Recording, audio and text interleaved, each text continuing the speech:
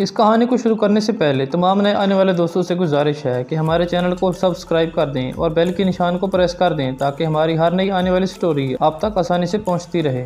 लाखों बरस गुजरे, आसमान पर शुमाल की तरफ से सफ़ेद बादलों के पहाड़ के एक बड़े गार में एक बहुत बड़ा रींछ रहा करता था। ये रींछ दिन भर पड़ा सोता रहता और शाम के वक्त उठकर सितारों को छेड़ता और उनसे शरारतें किया करता था। उसकी बदतमीजियों और शरारतों से आसमान पर बसने वाले तंग आ गए थे। कभी तो वो किसी नन्हे सितारे को गेंद की तरह लड़का देता और सितारा कलाबाजियां खाता दुनिया में आ गिरता, या कभी वो अपनी असली जगह से हटा देता और वो बेचारे इधर उधर भटकते फिरते। आखिर एक दिन तंग आकर वो 7 सितारे, जिन्हें 7 बहनें कहते हैं, चांद के अक्लमंद बूढ़े आदमी के पास गए और रींछ की शरारतों का जिक्र करके उससे मदद चाहिए। बूढ़ा थोड़ी देर तो सर खुजाता रहा, फिर बोला, अच्छा मैं उस नामाकूल की खूब मरम्मत करूंगा, तुम फिक्र ना करो। 7 बहनों ने उसका शुक्रिया अदा किया और खुशी खुशी वापस चली गईं। दूसरे दिन चांद के बूढ़े ने रींछ को अपने करीब बुलाकर खूब डांटा और कहा कि अगर तुम ज्यादा शरारतें करोगे तो तुमको आसमानी बस्ती से निकाल दिया जाएगा। क्या तुम्हें नहीं मालूम कि इन नन्हे मुन्ने सितारों की रोशनी से दुनिया में इंसान और जहाज अपना अपना रास्ता देखते हैं, लेकिन तुम उन्हें रोज खेल खेल में खत्म कर देते हो। तुम्हें ये भी मालूम नहीं कि जब ये सितारे अपनी असली जगह पर नहीं रहते तो दुनिया के मुसाफिर और जहाज रास्ता भूल जाते हैं। मियाँ रींछ ने इस कान से सुना और उस कान से निकाल दिया और कहका मार के बोला, मैंने क्या दुनिया के जहाजों